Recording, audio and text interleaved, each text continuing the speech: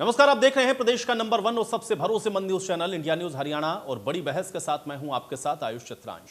8 महीने के लंबे इंतजार के बाद चुनाव आयोग ने एलनाबाद विधानसभा सीट पर उपचुनाव की घोषणा कर दी है। एलनाबाद में 30 अक्टूबर को वोटिंग होगी तो 2 नवंबर को इसके नतीजे भी घोषित कर दिए जाएंगे।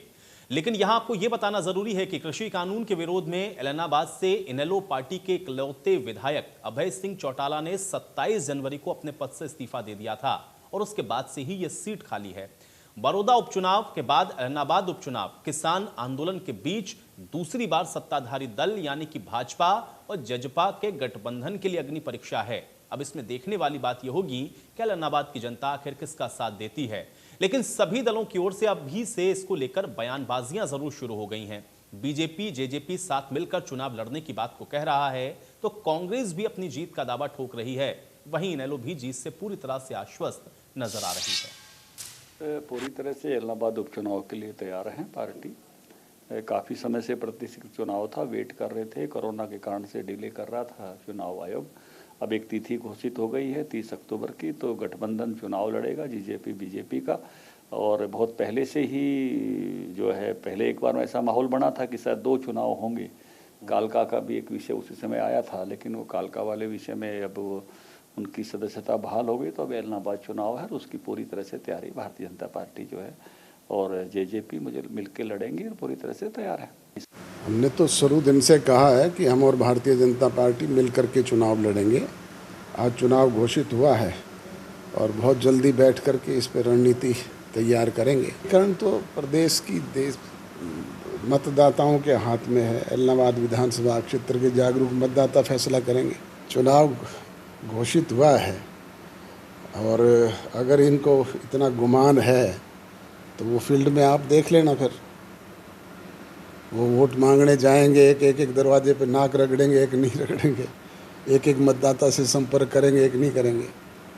अगर इतना गुमान है तो फिर इस तरह की बात करते ही क्यों हैं? ये उपचुनाव कांग्रेस पार्टी जीतेगी।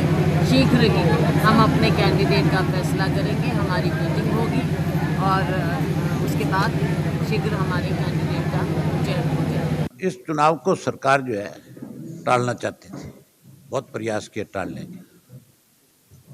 और विशेष रूप से आपने एक चीज इसमें देखी होगी कि विपक्ष में कांग्रेस थी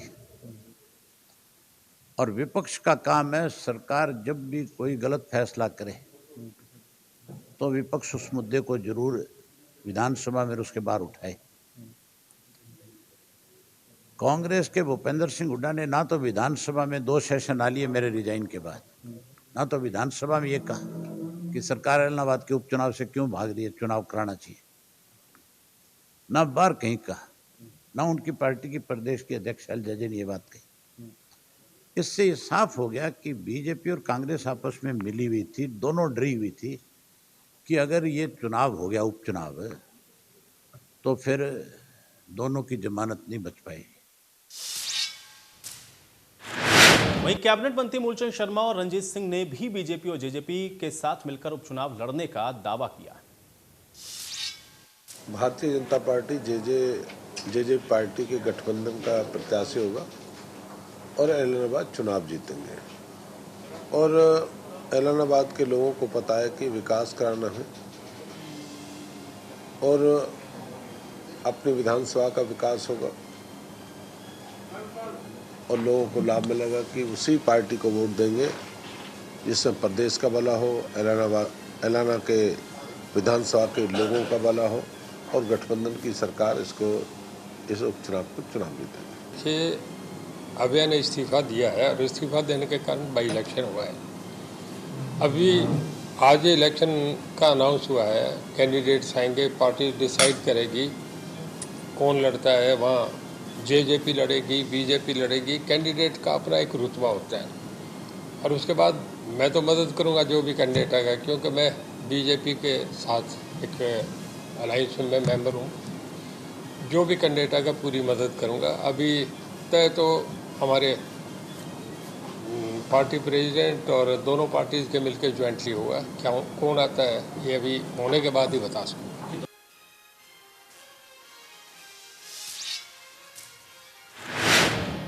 तो कुल मिलाकर के ऐलनाबाद में होने वाला विधानसभा का ये उपचुनाव अपने आप में बेहद महत्वपूर्ण रहने वाला है, क्योंकि कृषि आंदोलन के बीच में ये चुनाव सीधे तौर पर कहीं ना कहीं सत्ताधारी पार्टी के लिए भी बहुत महत्वपूर्ण हो जाता है। अब इस उपचुनाव के बारे में थोड़ा सा समझ लें।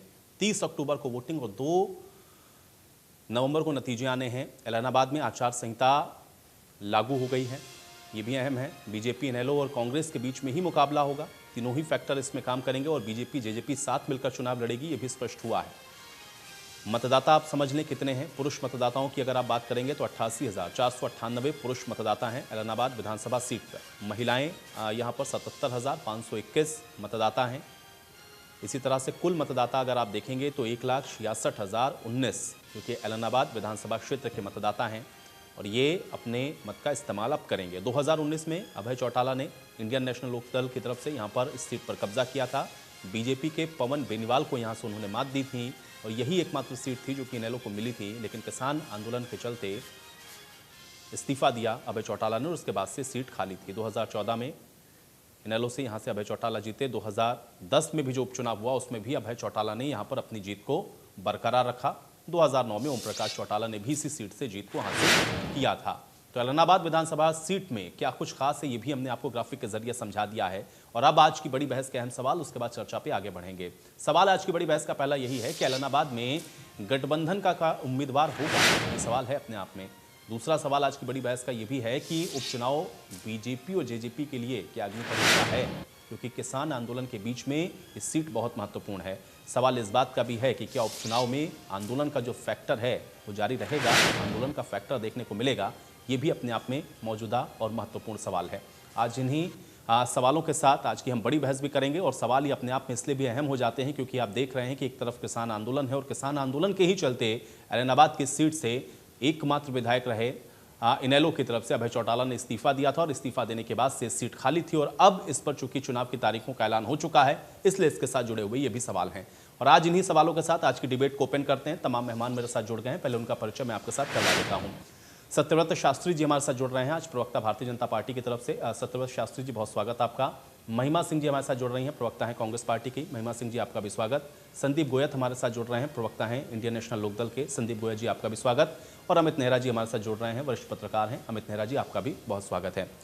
अमित जी, आज चर्चा की शुरुआत मैं आपसे करूंगा, इससे पहले कि मैं पॉलिटिकल रिएक्शन लूं।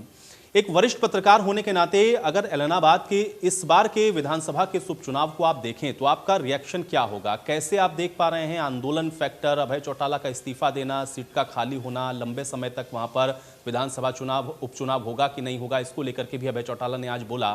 कैसे देख पा रहे हैं कुल मिलाकर के इस उपचुनाव को? क्या सीधे तौर पर एक लिटमस टेस्ट की तरह हम माने बीजेपी और जेजेपी के लिए हरियाणा के अंदर?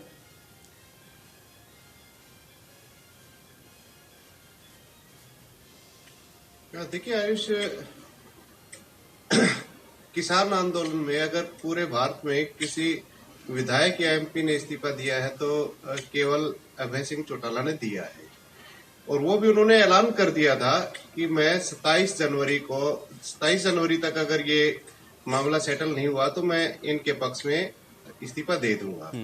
26 जनवरी को आपने देखा कि एक लहर सी बन गई थी कि शायद आंदोलन खत्म हो जाए या टूट जाए, जो उसका रुख बदला था, लेकिन वो अपने रुख पे कायम रहे अभय सिंह चौटाला। और उन्होंने तमाम जो थी बातें कि शायद ना दें, असमंजस में रहें, उन्होंने इस्तीफा दे दिया। तो पहली बात तो ये है कि उन्होंने ये एक अपने ऊपर ठप्पा लगवाया कि वो जुबान के धनी, क्योंकि उन्होंने जो कहा वो कर दिया। दूसरी बात ये है आयुष कि जन आंदोलन के मुद्दों पे इस्तीफा देना कोई नई बात नहीं है, खासकर हरियाणा के हिस्ट्री का जिक्र करें, पॉलिटिकल हिस्ट्री का।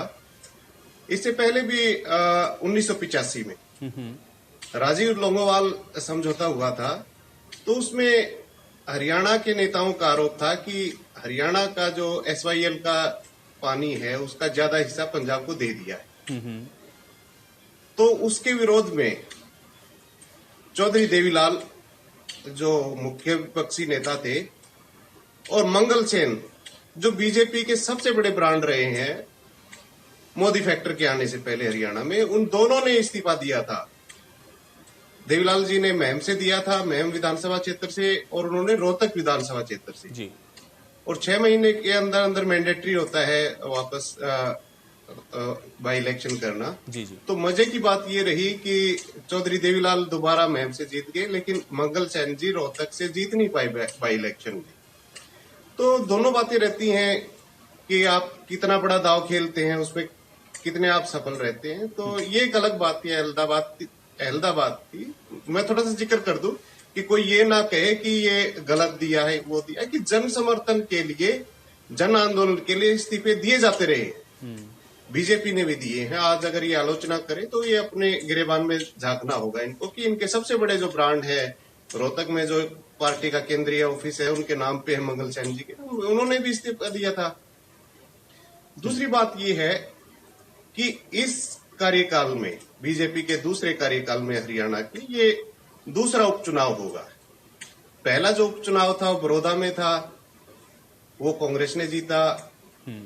ये देखना दिलचस्प होगा कि क्या बीजेपी इसमें जीत हासिल कर सकती है। लेकिन ये भी दिलचस्प है कि बड़ौदा सीट कांग्रेस के पास ही थी, उन्होंने अपने पास वापस रख ली, और ये सीट आईएनएलडी के पास थी। तो क्या ये आईएनएलडी अपने पास रख पाती है या नहीं रख पाती, ये देखना भी दिलचस्प होगा। और सबसे बड़ा जो देखने का होगा, मुझे जो लगता है, वो जेजेपी का एक लिटमस टेस्ट होगा।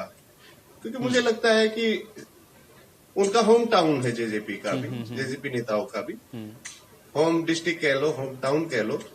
तो क्या वो अपना कैंडिडेट खड़ा करेंगे या बीजेपी अपना कैंडिडेट खड़ा करेगी, ये भी देखना दिलचस्प होगा।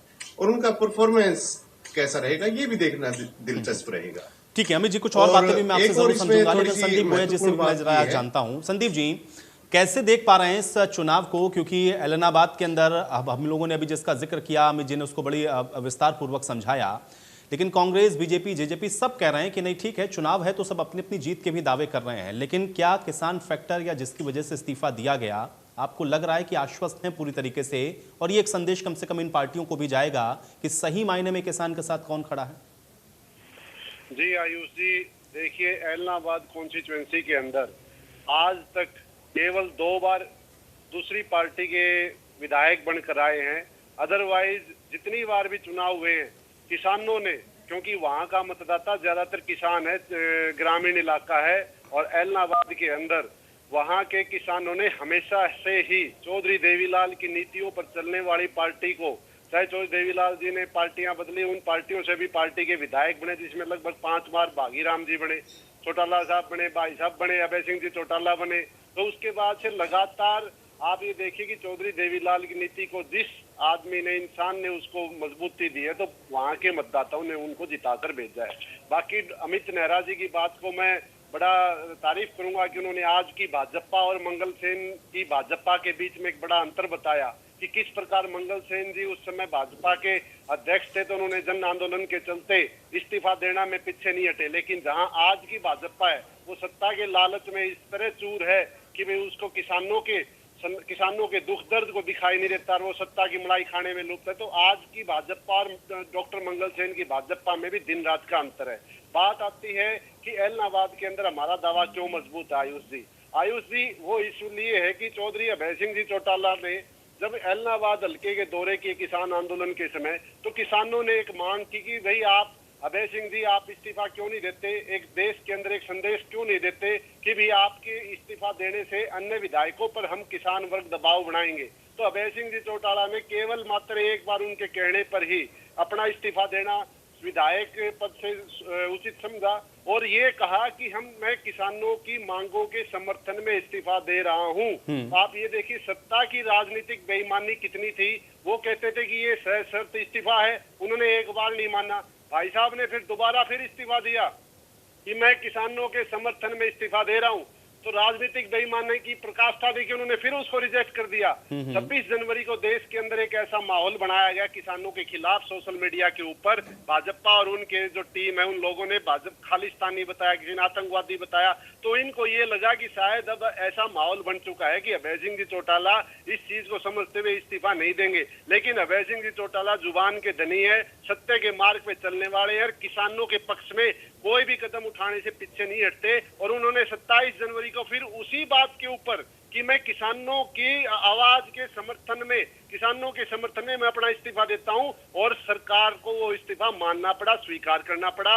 और उसका आप ये लगाइए कि किसान संगठनों और हरियाणा की खापों ने चौधरी अभय सिंह जी चौटाला को सम्मानित किया और उनको किसान केसरी के नाम से उपाधि दी कि आज किसानों के लिए कोई सिंह की गर्जना रखता है तो अभय सिंह जी चौटाला रखते हैं। जहां कांग्रेस पार्टी की आप बात करेंगे, भूपेंद्र सिंह हुड्डा जी ने ना तो विधानसभा के अंदर इस प्रकार की बात रखी, ना उन्होंने विधायक पद से इस्तीफा देने की बात रखी। उल्टा उन्होंने क्या किया कि उन्होंने अविश्वास प्रस्ताव ला दिया। वो एक प्रकार से संजीवनी का काम भाजपा के विधायकों के लिए कर गया, क्योंकि उनके पास फेस सेविंग का एक बहाना मिल गया कि देखिए अब अविश्वास प्रस्ताव ओन दे मुंह गिर चुका है, 6 महीने तक हमारे इस्तीफा देने से कोई असर नहीं पड़ेगा। तो किसानों की दबाव जो बनना था अन्य विधायकों के ऊपर, भाजपा के विधायकों के ऊपर, वो भूपेंद्र सिंह हुड्डा ने भाजपा का अनुमान बनकर भाजपा को फायदा पहुंचाने का काम किया। उन्हें बनना तो चाहिए था किसानों का अनुमान, लेकिन वो किसानों के खिलाफ 3 काले कानून लाने वाली भारतीय जनता पार्टी के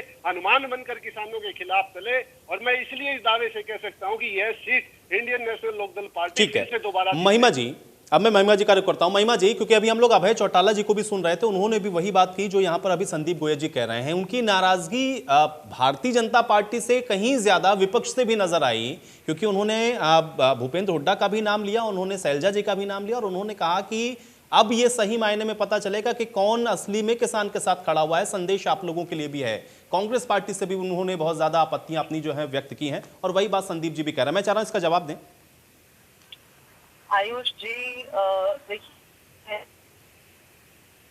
किया जो उनको उचित लगा ऐसे हालात में करना, जो उनको लगा कि जो कदम उनको उठाना चाहिए। राजनीति तो एक ऐसा क्षेत्र है जहाँ पे हर व्यक्ति अपने अपने दांव पेचों से, अपनी अपनी समझ से, अपने अपने लोगों की समझ से अपना कदम उठाता है, और फिर वो लोगों के ऊपर रहता है कि लोग उसे कैसा समझते हैं। तो ये समझ में आता है। देखिए, इनेलो का जो पिछले लगभग 1 दशक से जो स्थिति रही है क्षेत्र के अंदर, तो इस तरह के बयान जो उन लोगों की तरफ से आ रहे हैं, हम समझ सकते हैं उनकी मानसिक स्थिति क्या है। और इस समय सत्ता को वापस है, और उसके लिए जो भी लगन है, उसमें जो कुछ भी कहना पड़ेगा, साम दाम दंड भी, ठीक है, वो उनके लिए उचित होगा। उन्होंने इस्तीफा दिया, वो उनके लिए उचित होगा। और वो अब आज भी जो बयान दे रहे हैं वो उनके लिए उचित होगा। कांग्रेस पार्टी वो करेगी जो, तो इस परिस्थिति में हमें वसीम बरेलवी की 2 पंक्तियां याद आती हैं आयुष जी, कि मैं तो भोला भाला हसीम और वो फनकार सियासत का, उसके जब घटने की बारी आई मुझको जोड़ लिया।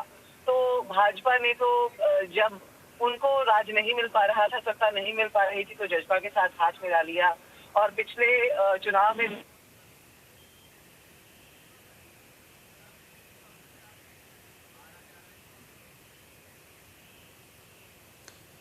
चलिए महिमा जी, आपकी ऑडियो मुझ तक नहीं पहुंच रही। मुझे लग रहा है शायद आप ट्रैवल भी कर रहे हैं, इस वजह से भी कुछ नेटवर्क का इशू है। मैं दोबारा से आपके पास वापस आऊंगा, आपकी ऑडियो जैसी मेरे पास आती है। सत्यव्रत शास्त्री जी, मैं आपका रुख कर लेता हूं, क्योंकि अभी वरिष्ठ पत्रकार की तरफ से जो आकलन किया गया है, उसी के आधार पर थोड़ा सा मैं आपसे भी यह समझना चाहूंगा। बीजेपी और जेजेपी के लिए बड़ा महत्वपूर्ण है ये उपचुनाव, क्योंकि किसान आंदोलन को लेकर के ही अभय सिंह चौटाला ने इस्तीफा दिया, और अगर वहां से वो दोबारा से अपनी जीत को सुनिश्चित करते हैं तो ये संदेश होगा कि किसान उनके साथ खड़ा हुआ है। आपसे सहमत नहीं है? सत्यव्रत शास्त्री जी, इसका जवाब दें। देखिए आयुष जी, ये विषय कोई इतना गंभीर नहीं है, क्योंकि सीट इनकी है।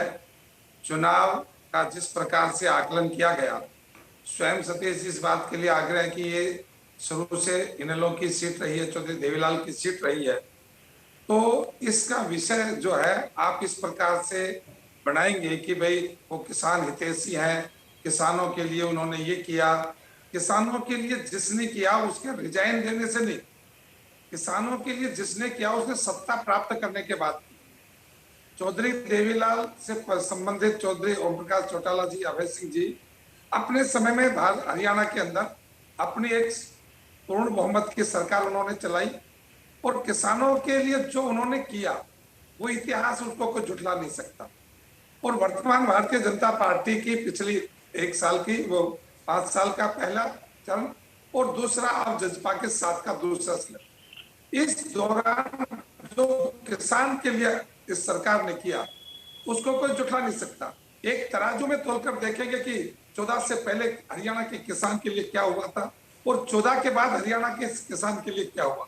इन दोनों बातों में तोलकर देखेंगे तो भारतीय जनता पार्टी का परिणाम हमेशा किसान के लिए भारी है। किसान के नाम से जो राजनीति करते आए, किसान के नाम से जिन्होंने अपनी पार्टियां बनाई, किसान के नाम से जिन्होंने रिजाइन किया, क्या इस बात की गारंटी देंगे कि किसान के लिए उन्होंने अपने समय में जो जो किया वो भारतीय जनता पार्टी से 21 था और भारतीय जनता पार्टी ने हमारे द्वारा किए गए ये काम भारतीय जनता पार्टी ने किसान के हित में वापस ले लिया और ये किसान का नुकसान हुआ। जरा एक दो बातें इसमें निकाल कर लेकर आएंगे। हम अपने दावे से कह सकते हैं कि भारतीय जनता पार्टी ने किसान के बीमा के लिए, किसान के लिए जिस प्रकार के उनको सब्सिडी देने की बात थी, जिस प्रकार से दाना खरीदने की बात थी, जिस प्रकार से अनेक फसलों को एमएसपी के दायरे में लेकर खरीदने की बात थी, या कभी कभी जब किसान को उसके आर्थिक सहयोग की आवश्यकता पड़ी तो उसको क्रेडिट कार्ड के माध्यम से लोन देने की बात हो, चाहे फिर उसको बिजली बिल के बेच के अंदर उनको माफी की बात हो, कितने सारे इश्यू हैं जिन इश्यूओं पर भारतीय जनता पार्टी ने किसान के कंधे के साथ कंधा, और अनेक बार तो ऐसा अवसर आया जब किसान ने उन चीजों को सोचा भी नहीं था।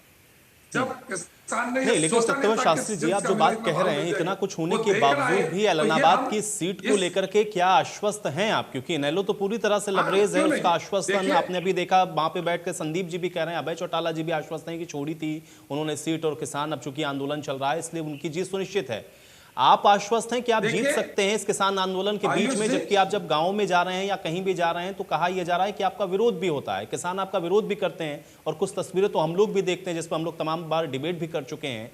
कैसे कन्विंस करेंगे इतनी योजनाएं बताने के बाद, इतना कुछ कहने के बाद कि आप किसान के लिए, बेहतरी के लिए, उसके भले के लिए कर रहे हैं, किसान तो आपका विरोध कर रहा है, कैसे जीतेंगे? देखिए संदीप जी, आयुष जी, मैं 2-3 बातें को आगे बढ़ाऊंगा और उससे आपको स्पष्ट होगा। भारतीय जनता पार्टी का कार्यकर्ता 24 घंटे का कार्यकर्ता है। 12 महीने वो अपने फील्ड में अपने कार्यकर्ता और अपने विचार के साथ जीता है। उसने कभी भी किसी चुनाव को हल्के में नहीं लिया और किसी को भी मरण और जीवन का प्रसंग नहीं बनाया। वो भारतीय जनता पार्टी का कार्यकर्ता और नेता इस बात के लिए आश्वस्त लेकर अग्नि परीक्षा के लिए समाज के अंदर जाता है, चाहे उसको जिस समय 2 वोट मिलते थे, 2 सीट मिलती थी, उस समय भी उसी तन्मयता से, उसी लगन से और अपने काम के प्रति डेडिकेटेड था। और जब देश की बहुत बड़ी संख्या भारतीय जनता पार्टी को सत्ता में केंद्र में बैठाती है और अनेक राज्यों की सरकार जब भारतीय जनता पार्टी के नेतृत्व में चलाती है, तो भी हमने किसी चुनाव को, चाहे वो सिंबल के ऊपर बात हो या बिना सिंबल की बात हो, चाहे लोकसभा की बात हो, चाहे विधानसभा की बात हो, चाहे नगर पालिका की हो, किसी प्रकार की भी, जहां भारतीय जनता पार्टी का नाम का उम्मीदवार खड़ा होगा, वो पूरी ताकत के साथ, इस विश्वास के साथ कि चुनाव हमारे पक्ष में है, जनता हमारे पक्ष में, विरोध करने वाले लोगों का वीडियो यदि आप निकाल कर देखेंगे, उनके फोटोग्राफ्स निकालेंगे, तो उनकी एफिलिएशन भारतीय जनता पार्टी के विरोध में काम करने वाले राजनीतिक दलों के कार्यकर्ता के रूप में आती है। हमने झज्जर के अंदर, अनेक प्रकार के दूसरे जिलों के अंदर कितनी बार मीडिया के सामने ये चेहरे रखे कि ये इस समय विरोध करने वाले ये लोग चेहरे हैं और इनके पास उस पार्टी का ये दायित्व है, इस पार्टी के, इस व्यक्ति के पास पार्टी का ये दायित्व है। ये चेहरे गिनवा कर मीडिया के सामने हमने कहा कि विरोध करने वाला किसान नहीं, राजनीतिक, ये आपने बड़ी बात कही कि विरोध करने वाला किसान नहीं है, वो पॉलिटिकल पार्टी के कार्यकर्ता हैं, इसलिए आप अपनी जीत को लेकर के आश्वस्त हो सकते हैं। नेहरा जी, आपसे मैं ये समझना चाहूंगा, क्या ये एलनाबाद का विधानसभा का जो उपचुनाव, हालांकि आपने कहा ये तो जेजेपी के लिए एक बड़ा टास्क है, जेजेपी के लिए असल में एक बड़े चैलेंज के तौर पर है, लेकिन क्या इसमें आपको कहीं कोई चैलेंज या कोई चुनौती दिख भी रही है, या ये लग रहा है कि मैच एक तरफा है? क्योंकि चुनाव में पार्टियां जीत के दावे तो करती हैं, लेकिन ग्राउंड क्या बना है या किस ग्राउंड पर वो सीट खाली हुई है, क्या ये सारे फैक्टर जब काम करेंगे तो कोई दिलचस्पी इसमें आपको नजर आ भी रही है, या एक तरफा सा आपको दिख रहा है ये विधानसभा का उपचुनाव? थोड़ा आकलन करें इसका नेहरा जी। आयुष, थोड़ा साउंड का लेवल थोड़ा ठीक कराइए, आवाज स्पष्ट नहीं सुनाई दे रही आपकी, थोड़ा सा, बस ये है कि आप बोल रहे हैं लेकिन आशय स्पष्ट नहीं हो पा रहा, थोड़ा सा एक बार साउंड ठीक करा के। ठीक है, मैं करवाता हूं। नेहरा जी, मेरा सवाल सिर्फ इतना है कि क्या कोई दिलचस्पी इस चुनाव के अंदर आपको दिख रही है? एक तरफा सा ये चुनाव आपको लग रहा है क्योंकि किसान के नाम पर ही ये सीट खाली हुई है, किसान मूवमेंट अभी भी चल रहा है, तो क्या कोई फाइट में भी आपको दिख रहा है या आपको लग रहा है कि नहीं आने वाले समय में हो सकता है कि कुछ मुकाबला या मुकाबले जैसी स्थिति बन जाए? कैसे देखेंगे?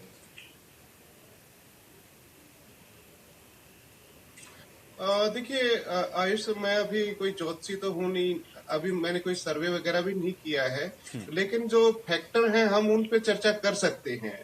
अभी ये तो नहीं बता सकते कौन जीतेगा कौन हारेगा क्या रहेगा, लेकिन जो स्पष्ट जो ग्राउंड पे दिखती हैं चुनौतियां हैं, जो फैक्टर हैं, जो कारक है, उन पे हम चर्चा कर सकते हैं। देखिए पहला कारक तो ये है कि ये जो बेल्ट है ये सिरसा जिला है, बॉर्डर स्टेट है। बॉर्डर स्टेट का मतलब पंजाब से लगा हुआ इलाका, और पंजाब ने ही अलग जगाई थी कृषि कानूनों के खिलाफ सबसे पहले देश में, तो उसका फर्क निश्चित तौर पे दिखाई देगा, पहली बात। दूसरी बात ये है कि पिछले जो 2 आम चुनाव हुए हैं तो उसमें बीजेपी का जो मुख्य चेहरा रहा है एलनाबाद में वो पवन बेनीवाल रहे हैं, और पवन बेनीवाल आज के दिन कांग्रेस में है, तो वो भी एक बहुत बड़ा फैक्टर रहेगा कि बीजेपी किसको टिकट देगी। दूसरी बात की है।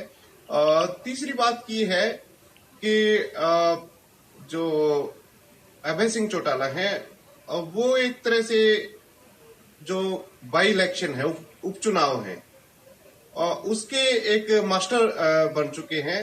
पिछले 2 उन्होंने उपचुनाव जीते हैं, और ये अगर तीसरा जीत लेंगे तो हैट्रिक हो जाएगी उनकी। पहले उन्होंने रोडी में जीता था, जो ओम प्रकाश चौटाला जब मुख्यमंत्री बने थे तो 2 उन्होंने इलेक्शन लड़े थे 2 जगह से, नरवाना और रोडी में। रोडी उन्होंने खाली कर दी थी, तो 2000 में वो पहली बार उपचुनाव हुआ था, तो उसमें अभय सिंह चौटाला जीते थे। फिर 2000 में ओम प्रकाश चौटाला जी दोबारा 2 सीटों से लड़े थे, उचाना और एलनाबाद, तो एलनाबाद उन्होंने खाली कर दी थी। तो एलनाबाद में 2000 में बाई इलेक्शन हुआ था, तो उसमें फिर जीत गए थे अभय सिंह चौटाला। 2014 और 19 के जो आम चुनाव हुए थे उसमें तो डायरेक्ट जीत ही गए थे। तो ये जो फैक्टर है 4 बार जीतने का यहाँ पे, तो ये भी उनके पक्ष में जाएगा। अब कई बातें और भी हैं। अब सबसे बड़ी बात तो ये है कि जो पवन बेनीवाल है वो क्लोज एसोसिएट थे इनके, अभय सिंह चौटाला के, और बाद में बीजेपी की तरफ चले गए थे, वो कांग्रेस की तरफ चले गए हैं। तो ये देखना भी दिलचस्प रहेगा कि बीजेपी किसको लेके आती है, जेजेपी किसको लेके आती है। अच्छा, जेजेपी और बीजेपी अपने पत्ते नहीं खोल रहे हैं पहले ही कि हम मिलके चुनाव लड़ेंगे, साझा चुनाव लड़ेंगे, या उम्मीदवार कौन सी पार्टी की तरफ से होगा, बीजेपी की तरफ से होगा, जेजेपी की तरफ से होगा। लेकिन मुझे ये लगता है कि इतना तो इंडिकेशन आ रहा है कि मुकाबला हो सकता है कि पिछली बार से अलग पार्टियों के बीच में हो।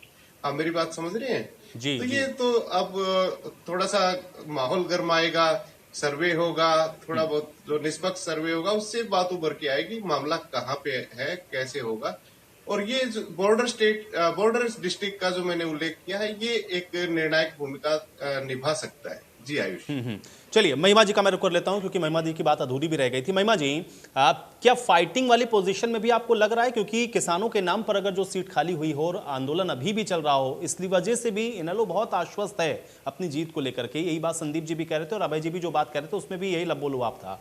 कांग्रेस का आकलन इसमें कैसे करेंगे, क्योंकि किसान किसकी तरफ है वो ये इस उपचुनाव के बाद भी कहीं ना कहीं सामने आएगा, और ये कहा भी जाएगा जो जीतेगा कि हाँ किसान उसके साथ खड़ा हुआ है।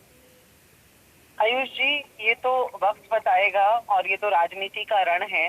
रण क्षेत्र में कौन क्या दांव खेलता है और क्या निकल के आता है, देखिए ये भी अपने आप में एक दांव ही है कि किसान आंदोलन है, और किसान आंदोलन के चलते आप इस्तीफा देते हैं, तो डेफिनेटली ये एक जो है वो पीपल प्लीजिंग पॉलिटिक्स तो है, क्योंकि जब विधानसभा के अंदर रह करके आप लड़ाई नहीं लड़ पाए किसानों की, तो आपने इस्तीफा देकर के कौन सा ऐसा परिणाम हासिल किया, ऐसे कौन से बेंचमार्क पर आप पहुंच पाए किसानों के हित में, जो आज आप कह सकते हैं कि जनवरी में जब इस्तीफा दिया था चौटाला साहब ने, तब से आज तक की परिस्थिति में कोई परिवर्तन आया हो, तो वो तो जाहिर है। और दूसरी बात, जैसा पहले भी मैं कह रही थी कि जो दूसरे नंबर के उम्मीदवार थे पवन बेनीवाल जी, उन्होंने कांग्रेस का रुख कर लिया, तो आज वो हमारी पार्टी में हैं, हमारे साथ हैं, और वो जो 45,000 वोटें,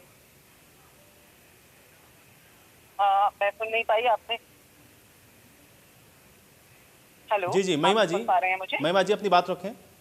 जी जी, तो मैं ये कह रही थी कि ये जो जिस तरह की बात आज कर रहे हैं या कह रहे हैं, जो बयानबाजी भी की है, चाहे हुड्डा साहब पर की हो, चाहे शैलजा जी पर की हो, उससे पहले ये देखना पड़ेगा कि पिछले पूरे दशक से जो परिस्थितियां बनी हुई हैं इनेलो के लिए, जब उनके अपने भी अपना साथ छोड़ गए, तो इस तरह का जो बयान उनका देना है वो ठीक है। हमने पहले भी मानसिक स्थिति की बात की थी कि वो उनकी मानसिक स्थिति को दर्शाता है।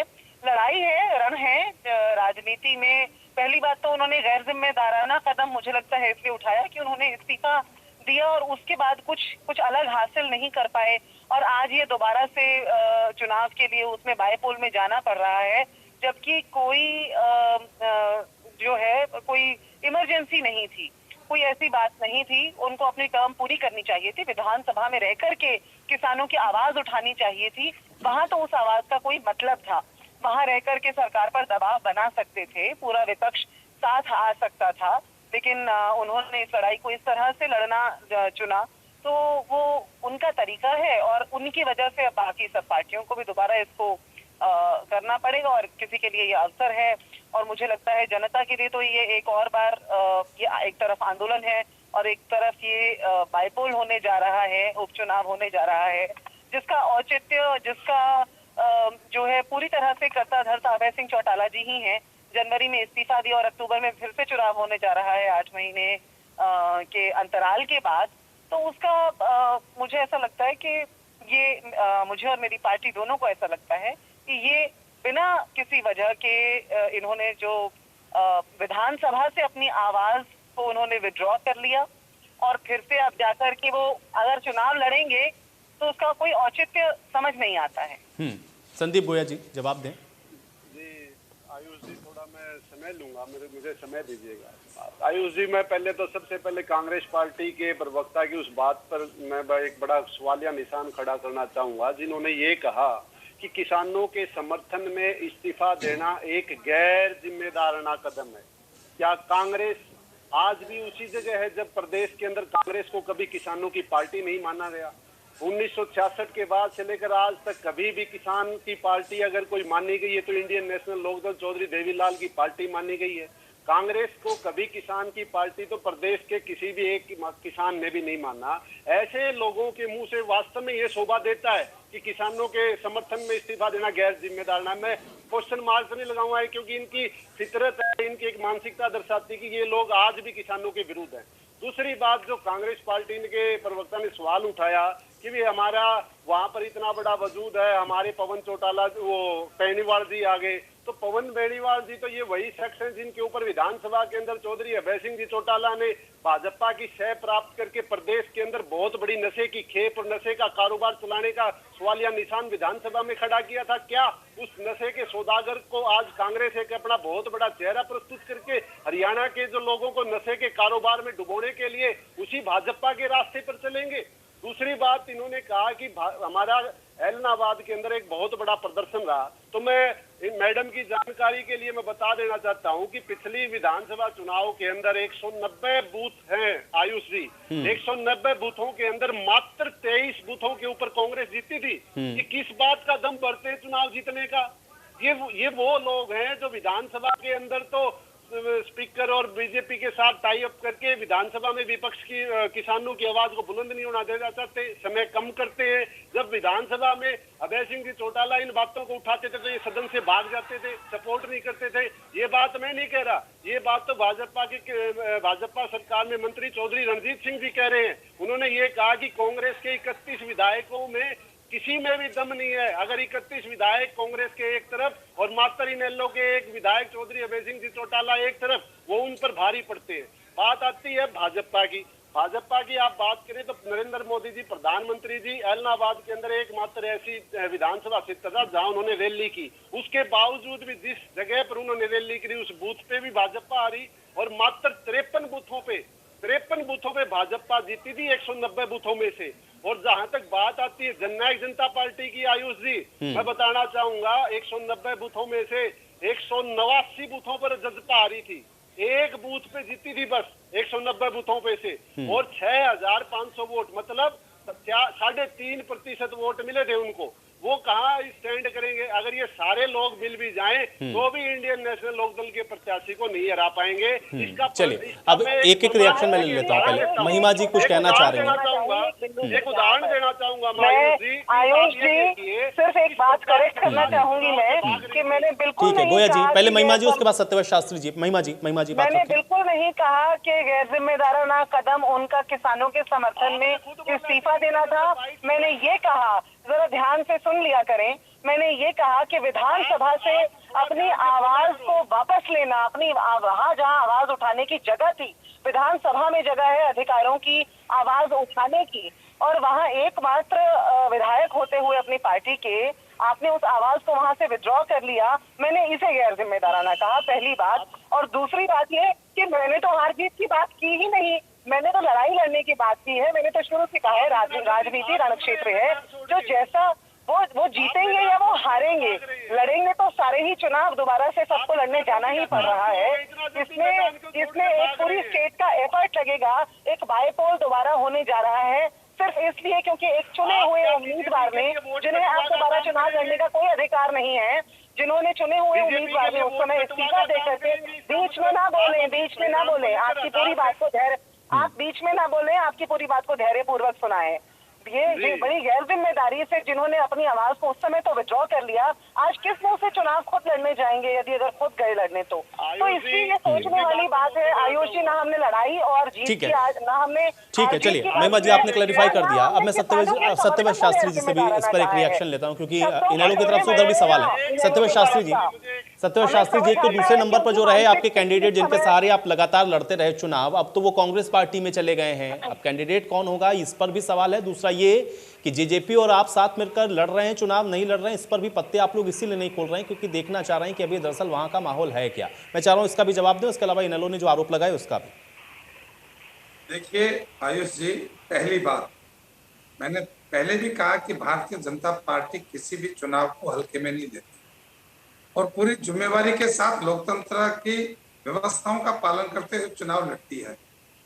जहां तक बात कैंडिडेट की है कि कैंडिडेट वो वहां चला गया, भारतीय जनता पार्टी नेता आधारित नहीं, कार्यकर्ता आधारित पार्टी है और वो पूरी तरह लोकतंत्रात्मक व्यवस्थाओं को पालन करने वाली पार्टी है। हमारी पार्टी की ग्रोथ देखेंगे तो ग्रोथ हमारे साल दर साल, चुनाव दर चुनाव आगे बढ़ते आए हैं और यही एक हमारी गारंटी है कि पवन बेनीवाल चाहे आज कांग्रेस में जाए या फिर वो चौटाला साहब के पुराने मित्र थे तो वहां चले जाए, भारतीय जनता पार्टी के मतदाता के ऊपर किसी प्रकार का कोई असर नहीं होने वाला। उतनी शिद्दत के साथ और उसी मादे के साथ चुनाव जीतने के लिए हम चुनाव लड़ेंगे। चुनाव को हल्के में लेकर या चुनाव इनेलो का होगा ऐसा नहीं, चुनाव भारतीय जनता पार्टी और जजपा का कैंडिडेट का होगा और न भारतीय जनता पार्टी का कैंडिडेट होगा न जजपा का होगा, वो संयुक्त कैंडिडेट होगा। जो भी होगा वो न उस पार्टी की ओर से न उस पार्टी की, दोनों मजबूती के साथ, पूरी ताकत के साथ लोकतंत्र की मजबूती के लिए चुनाव लड़ेंगे। हमने राजनीतिक चालबाजी के लिए चुनाव नहीं लड़ना। अभय सिंह चौटाला जी ने राजनीतिक पैतरे के लिए चुनाव छोड़ा है क्योंकि उनके इस्तीफे से न तो विधानसभा की संख्या पर कुछ असर होना था और न आंदोलन में कुछ असर होना। हाँ, केवल वो अपने वजूद को हरियाणा की जनता के बीच और विशेषकर अपने हल्के के बीच अपनी स्थिति को मजबूत करने के लिए एक बार रिजाइन कर दिया, बल्कि उनके कारण से रिजाइन करने से न तो केवल विधानसभा में कुछ असर हुआ, न उनके रिजाइन से कहीं कृषि कानूनों पर कुछ होने वाला, केवल और केवल एक राजनीतिक पैतरा।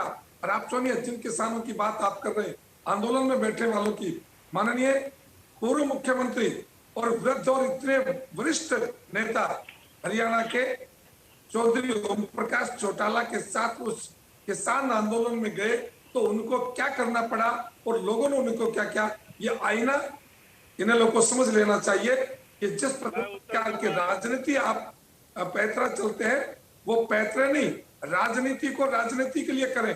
क्या विचार कर लिया कि यदि चुनाव के बाद ये चुनाव उनके पक्ष में आता है, हम तो कहते हैं हमारे पक्ष में आएगा, जनता हमें मैंडेट देगी, लेकिन यदि उनके पक्ष में भी आएगा, ठीक है गोयल साहब, अभय सिंह चौटाला दोबारा से रिजाइन करेंगे और जब तक संसद विधानसभा में नहीं जाएंगे, जब तक कृषि कानून ना हो जाएंगे, इस बारे में संदीप जी एक बार क्लियर करें। ठीक है संदीप जी जल्दी से जवाब दें।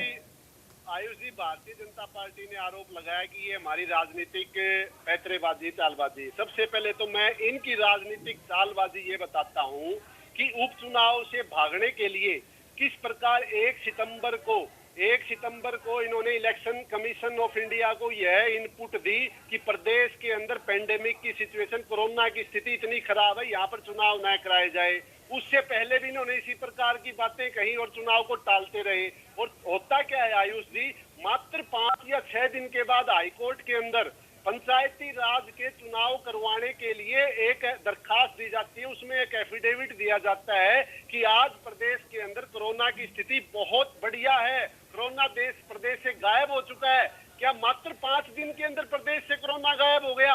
इनकी राजनीतिक चालबाजी तो यहाँ दिखाई दे रही है कि किस नीयत के साथ इन्होंने चुनाव आयोग को गलत इनपुट दी ताकि इलेक्शन कमीशन उसको टाले चुनाव को। और पिछली मीटिंग में इनकी बातों को ध्यान में रखते हुए चुनाव आयोग ने वो इलेक्शन टाला और ये इनकी डरती और बौखलाहट थी। बात आई, इन्होंने कहा कि लोकतंत्र को और संविधान को बचाने की। किस प्रकार लोकतंत्र और संविधान को इन्होंने अपने फायदे के लिए इस्तेमाल किया। 6 महीने के अंदर जहाँ चुनाव होने थे, वो चुनाव जो अप्रैल में होने थे, जो चुनाव मार्च में होने थे, वो इन्होंने आज 8 महीने के अंतराल पे कराए। ये इन्होंने सबसे बड़ा राजनीतिक लाभ और पैतरेबाजी करने का काम किया। तीसरा सवाल इनका उठा कि पार्टी का चुनाव होगा, पार्टियों के बीच में होगा।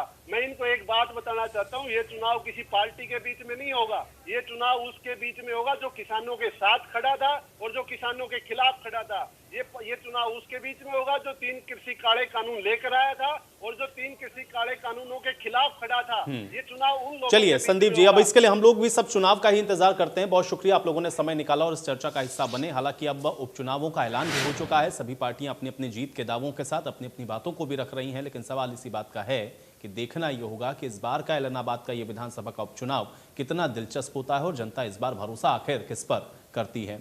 आज बड़ी बहस में मेरे साथ फिलहाल इतना ही।